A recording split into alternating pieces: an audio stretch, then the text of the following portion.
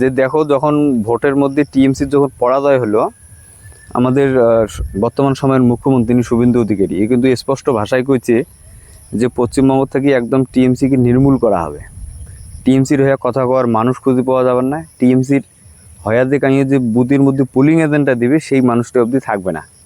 টিএমসিকে এই জায়গার মধ্যে নিয়ে দেওয়া হবে, মানে সম্পূর্ণরূপে একদম নির্মূল করে দেওয়া হবে।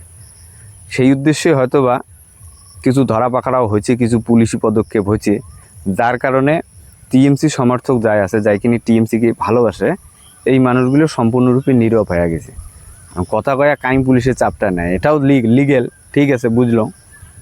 কিন্তু দেখো এইভাবে নীরব যদি থাকি যাই আমরা দিনের পর দিন, তাহলে তো শুভেন্দু অধিকারীর কথাটাই খাটবে না, সত্যিকারই তো হবে।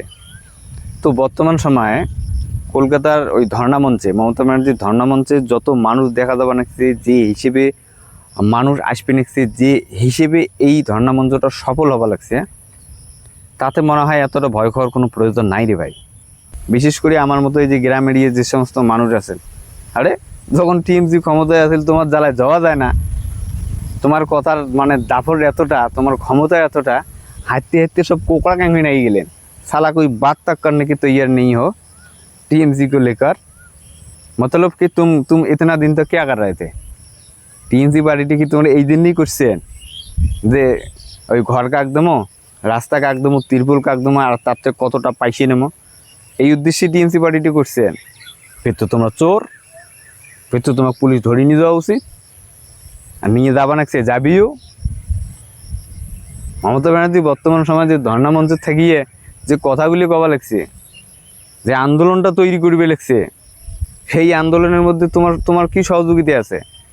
আচ্ছা ঠিক আছে, দূরত আছেন, ঠিক আছে বুঝছো, যাবার পাবার নন সম্ভব নয়, ঠিক আছে, কিন্তু তোমরা কমসে কম এই কাজটা তো করবান, যে একজন আরেকজনের সাথে কথাটা তো কবার পান, একটু মানুষ তো বুঝবে পান যে কি হচ্ছে দেশে, কিভাবে হচ্ছে, আগামীতে কি হতে যাচ্ছে।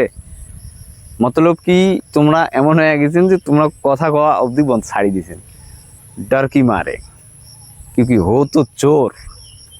তো এই সমস্ত মানুষ যেগুলি টিএমসি ক্ষমতায় থাকতে আসিল, এই সমস্ত মানুষ দিয়ে হবে না দিদি।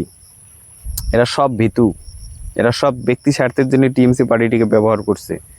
এরা তোমার বিপদের সময় পাশে থাকবে না।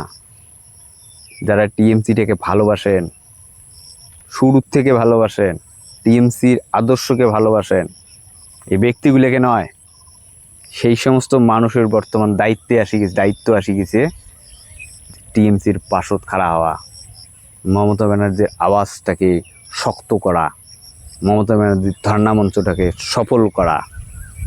সেই উদ্দেশ্যেই কাজ করো, কমসে কম এতটুকু করো, একজন আর একজনকার ধর্ণা মঞ্চের ব্যাপারটা নিয়ে বুঝেন, कहीं যদি যাবার চান তো যাও, ये करो। तुम लोग साला हारते हारते चुप हो गया और दल परिवर्तन कर लगছেন। चुतिया हो, चुतिया समझते हो लोगों को।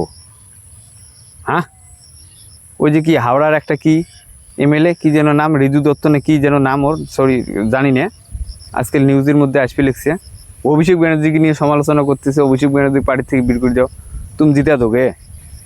मतलब कि यार कुछ भी, তুমি টিএমসি ছাড়িয়ে যাবে, যাও না, এই ফালতু में बात क्यों करते हो।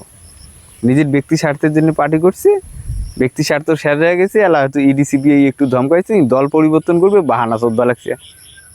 ওই গ্রামেরও কিছু নেতা আছে এমন সেম, টিএমসি করছি, টিএমসি থেকে খাইছি, চোর করছি, বাল করছি, ছাল করছে, এলা লাগবে নাকি ভয় যে বিজেপির গুলো ধরে নিয়ে হয়ে গেছে, চুপ, আর কথা কয় না। উনি এখন শেল্টার দিবে নাকি এইটি, তুমি বিজেপির কেন কই ঠকম।